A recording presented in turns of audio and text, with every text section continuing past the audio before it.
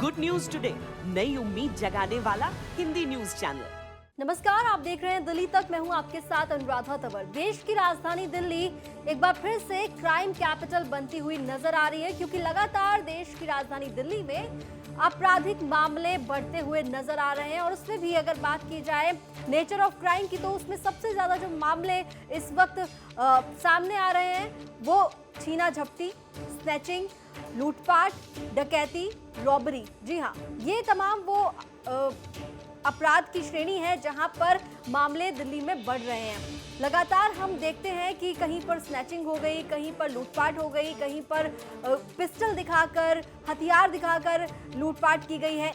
एक बार फिर से इसी तरह की खबर सामने आई है दिल्ली के नरेला से। जी हाँ, नरेला के खेड़ा खुर्द गांव से ये घटना सामने आई है, जहां पर एक हार्डवेयर की दुकान के अंदर 3 नकाबपोश बदमाश दाखिल होते हैं और उसके बाद बंदूक की दम पर वहां वो दुकान के अंदर लूटपाट करते हैं। आपको हम तस्वीरें दिखा रहे हैं, ये पूरा मामला सीसीटीवी में कैद हुआ है और आप साफ तौर पर देख सकते हैं कि किस तरह से बदमाशों ने अपने चेहरे को छिपाने के लिए हेलमेट का इस्तेमाल किया और इनके हाथ में आप गन देख सकते हैं। ये बंदूक लेकर बदमाश जो हैं वो दुकान के अंदर दाखिल हुए और वहां पर दुकान के मालिक पर ये बंदूक तान कर उससे जबरन वहां पर लूटपाट की वारदात को अंजाम देते हुए नजर आ रहे हैं। दुकान के मालिक के साथ भी इन्होंने जबरदस्ती करने की कोशिश की कि वहां पर जितना भी कैश वहां है वो छीना जा सके। और जो काउंटर था, कैश काउंटर, वहां पर आप तस्वीरों में देख पा रहे हैं कि किस तरह से जो बदमाश हैं वो ढूंढ रहे हैं कि कैश कहां पर रखा है। और जितना कैश काउंटर पर था 20,000 रुपए के करीब, वो कैश लेकर वो चले गए। इस दौरान जब दुकानदार के जो पिता हैं उन्होंने बदमाशों से बातचीत करने की कोशिश की, तो उन्होंने दुकानदार के पिता को भी धक्का मारा और उसके बाद आखिरी में दुकानदार प्रदीप, जी हाँ प्रदीप नाम बताया जा रहा है दुकानदार का, उनको पैर में गोली मारी और उसके बाद तीनों बदमाश वहां से फरार हो गए।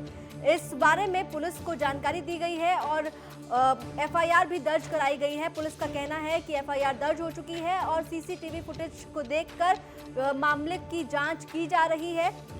जिस तरह से ये बदमाश दुकान के अंदर दाखिल हुए, देखकर ऐसा लग रहा था कि जैसे ये दुकान के बारे में सब कुछ जानते थे, इन्हें पता है कि कौन दुकान पर मौजूद होगा। वहां पर गांव के और भी लोग थे और लोग वहां पर रुककर ये सब कुछ देख रहे थे, लेकिन इसके बावजूद बदमाशों को किसी भी तरह का डर वहां पर नहीं लग रहा था। उनके हाथ में बंदूक थी और बंदूक तानकर उन्होंने लूटपाट की इस घटना को अंजाम दिया।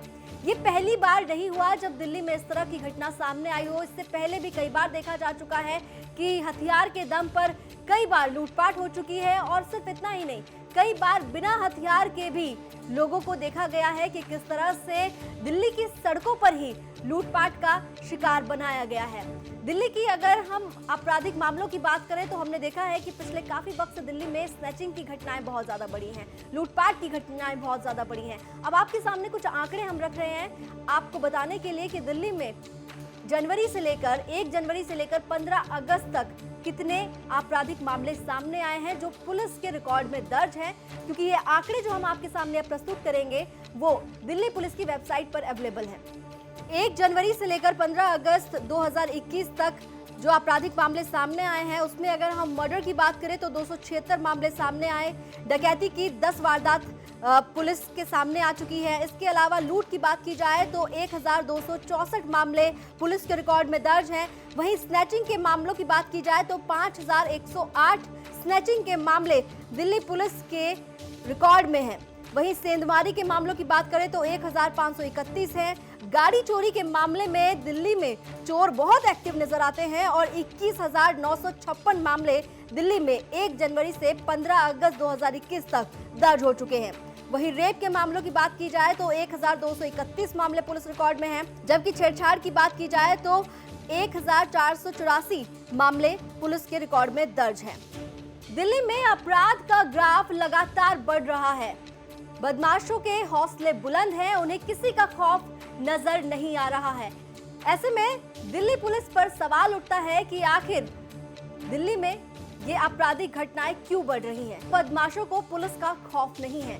क्यों बदमाश सरेआम खुलेआम इस तरह की लूटपाट की वारदात को देने में कामयाब हो रहे हैं? दिल्ली एनसीआर से जुड़ी तमाम खबरों के लिए आप देखते रहिए दिल्ली तक।